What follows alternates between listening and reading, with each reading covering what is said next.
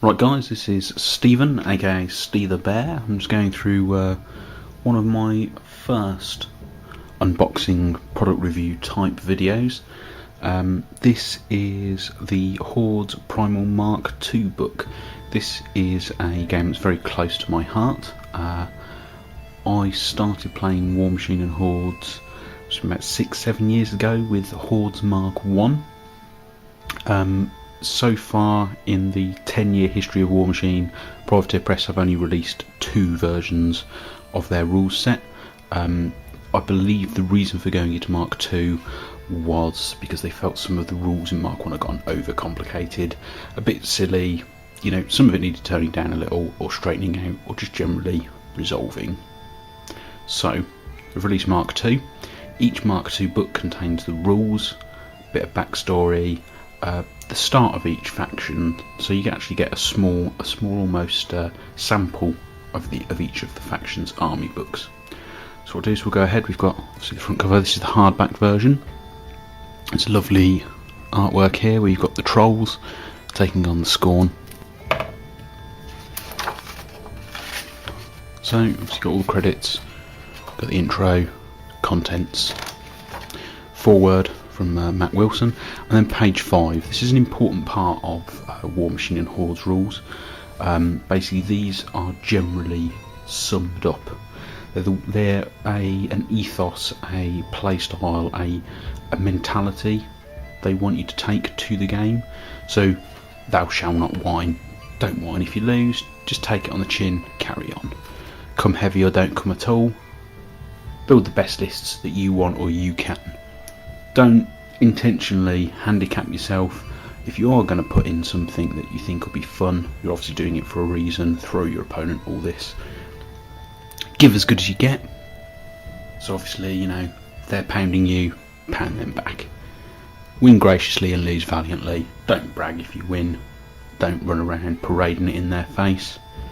Likewise, if you lose, don't throw a strop, don't throw your dice around, all that sort of stuff. And then page 5 is not an excuse. Basically, page 5 is saying, don't use page 5 to be a dick. And then play like you got a pair. Straight away, we're into a nice bit of fluff here. We've got Carnivian, which is a legion of Everblight heavy war beast trying to kill some trolls. So this fluff actually continues for quite a while and sort of sets the tone of the book. The War Machine and Hordes books, all the way from Mark I, have an evolving storyline. The books in Mark II don't repeat that storyline, they evolve it further. There's no going back and rehashing sort of old themes or ideas at all. It's just a continuing plot and story arc. So we're on page 24 now. We've got to the map. Anyone who's familiar with War Machine, you've got Cador up here, you've got Rul, which is the Dwarven Empire, Ios, which is the Elven country, Signar down here, Crix over here. So you've got the Scorn Empire all the way over this side. Generally speaking, the War Machine map stops about here. So as you can see, the Scorn have come a long way across that desert to be taking on the people of Imoran on this side of the continent. Generally speaking, the trolls don't have a homeland per se. They did have, but a lot of it's been taken over by various other factions along here. Circle of Orbrus likewise don't have a home, as it were. They are spread out a lot. I believe Legion of Everblight is somewhere up here in the north, coming down. But again, they've got a lot of infiltrating going on, much like Crix have got going on in the south. So into actual game rules now. So again, just was a repeat of the artwork from the front cover. You've got the rules basics along with what you need. Hordes and War Machine is played on a 4x4 foot table rather than a more traditional 6x4. And then obviously you've got things like rounding when you're rolling dice, rules priorities, sportsmanship, sharing information, and when to measure distances. There's only one time you can pre-measure in War Machine and Hordes, and that is involving your caster's control area. Right, so obviously just generally the models, just talking about each of the different types of models, and obviously just how general stat lines work. You know, weapon qualities and stats, life spirals which you get on war beasts. It goes into facing, because every model in War Machine and Hordes has at least a 180-degree front arc. Some of them split into two 90-degree arcs, and some models have a 360-degree line, but it does affect certain abilities, like being able to charge, for instance. Then it discusses army building, including the sort of the points limits. Generally speaking, War Machine and Hordes sticks to 4 single-player points limits, which are 15 points, 25 points, 35 points and 50 points. The 50 points being sort of the tournament standard, I believe, although generally speaking you will find that the lower points armies are good for when people are starting to get used to the game, or for special scenarios, or even for quick tournaments. So it's obviously discussing characters, points costs, that sort of thing. So we're talking about setup and victory conditions and multiplayer games. It actually addresses them along with the scenarios. There's a nice little board there. So we've got the basically how the turn sequence goes, including how line of sight works, because it's not true line of sight, it is based on the model's base size. So then you've got like elevation for also being on hills, being standing on top of things, can you see models over walls, that sort of thing. Generally how movement works, and your actions. Get to combat, so how melee attacks work, power attacks. Now power attacks are basically something in War Machine Hordes that if you ever watched wrestling as a child, a power attack generally is anything you can do in wrestling. You can headlock people, you can push them, you can throw them, you can arm lock them, you can slam them, you can all sorts, you can run all over them, that sort of thing. So then you got range combat, explains all that, explains cover from walls and like concealment from woods and that sort of thing. Explains sort of explosive attacks, covers a lot of special rules.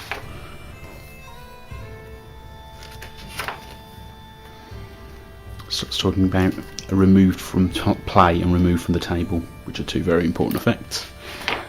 Talks about all these special symbols which are relating to elemental damage, things like cloud effects. It's a lovely bit of scenery down there. Units and how units work. War beasts, which are your Horde's equivalent of war jacks, how they work. Warlocks, your general, your king and queen they are likened to sometimes from chess, because in War Machine and Hordes, if you lose your general, you lose the game straight away. It's a lost condition. Basically talking about all the sort of things they can do, because obviously they're some of the most important models in your army.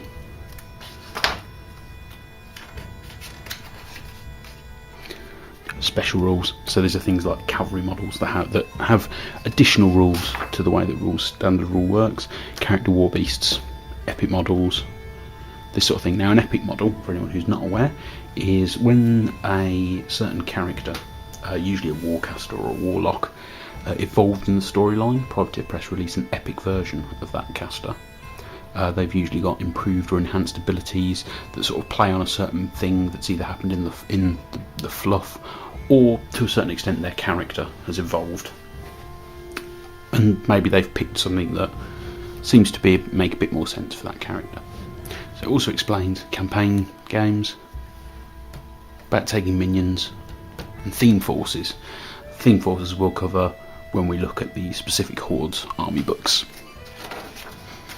So then it's talking about actual units again, and when they suffer massive casualties and they decide to run away, how that's dealt with, that sort of thing. Terrain, obviously very important. Also in War Machine Hordes, very important. All sorts of different types of terrain confer different bonuses to you. Also discusses buildings and destroying them, which is quite nice. These are the scenarios in the main rulebook. These are not the sort of scenarios that Privateer Press use for their tournaments, but they are very good beginner scenarios to get used to the rules. There's only 6, all very simple, generally involve holding a zone. Very, very brief overview of each of the factions. Explain what they are, what they do, including the minions, although they're not particularly a faction in this main rulebook. There is actually a minions army book which delves more into the 2 separate factions that make up the minions. So now we've got to page 99, so from page 26 to page 97 we've got the actual rules. Now we're on to a sample, as it were, of the army books. So we start with trolls, who are generally considered the good guys of of Hordes. They are trodden on, they are downbeat, but they're trying to win back their homes. So you start with, again, quite a bit of fluff. That's an old piece of artwork from Mark 1, very nice. So we get into casters. So you got Gristle Bloodsong, Horlock Doomshaper, Madrak Ironhide. He's the guy that comes in the battle box. If you purchase the Troll battle box, he comes with one of these, which is a Troll Axer, and two of these, which are Troll Impalers. So there's two Troll Light Beasts. There's another Troll Light, the Pyre Troll. There's a heavy Troll there. Another two heavy Trolls.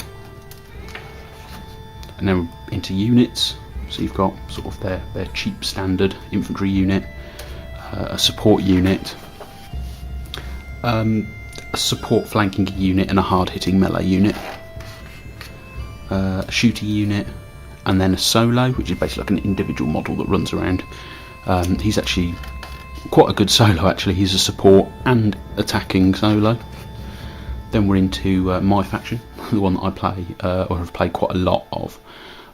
Since Mark 1, I've got a lot of circle models.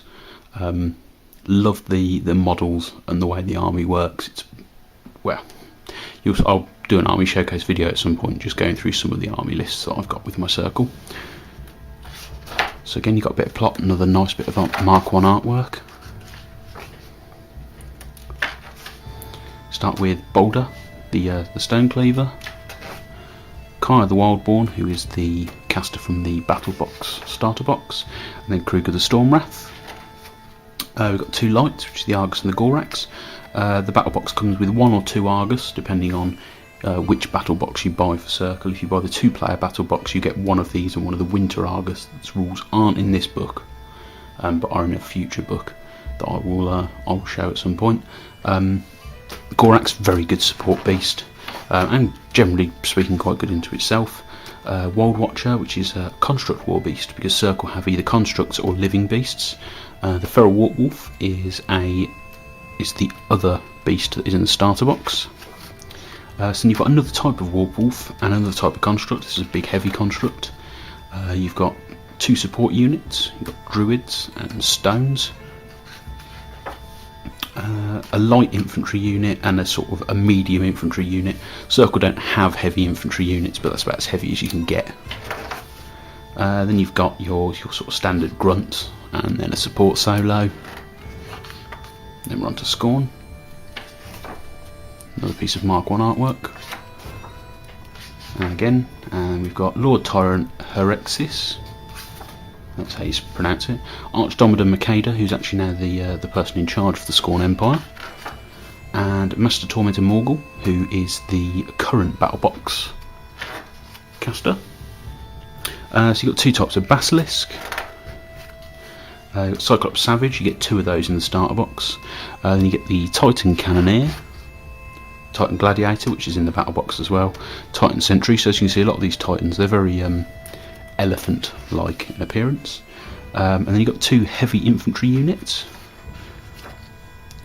A support unit, which is the Paingiver Beast Handlers. Anyone who plays War Machine will know that the Choir of Menoth is one of the staples of the Menoth faction. Same for the Paingiver Beast Handlers, they offer a wide range of supporting buffs. Praetorian Swordsmen, sort of like their cheap standard infantry unit.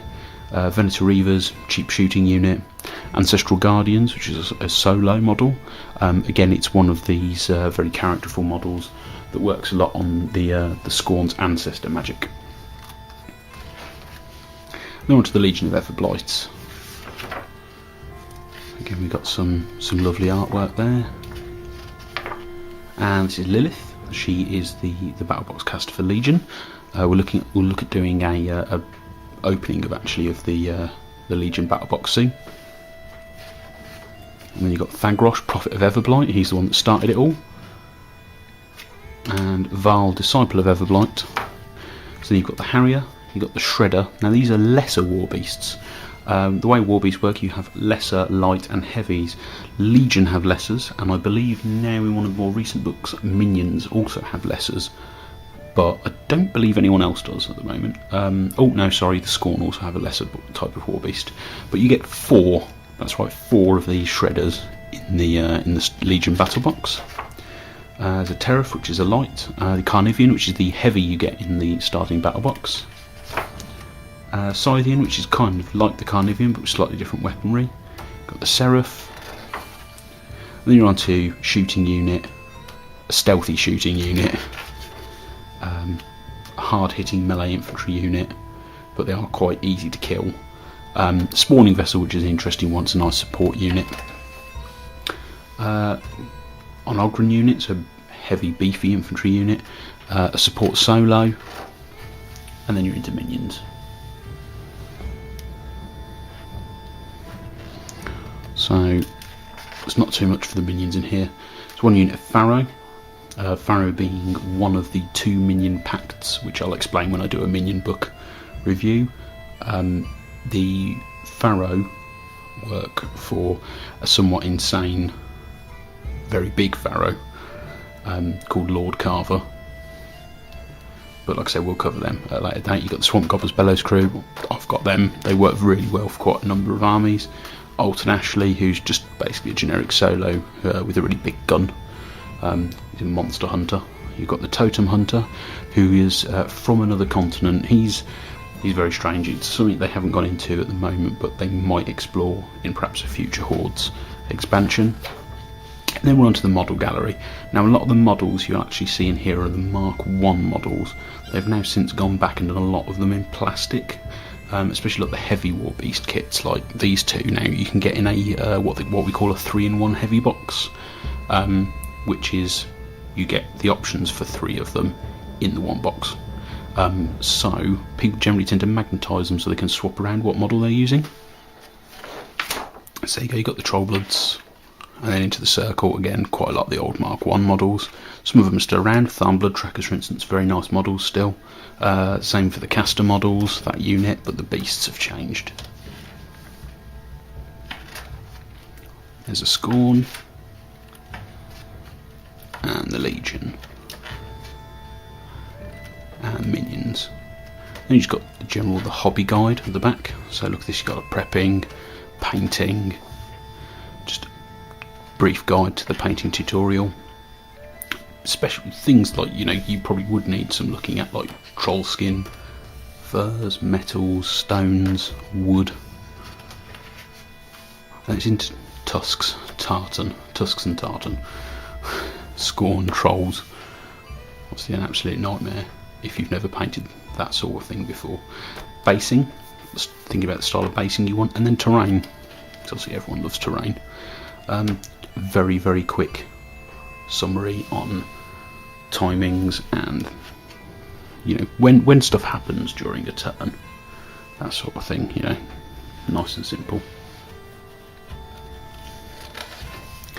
And then we're into something called War Beast bonding. Now, bonding basically is for things like leagues or campaigns, and it's just little special things that if a beast survives a game or two, then they might get an affinity with their controller, with their warlock.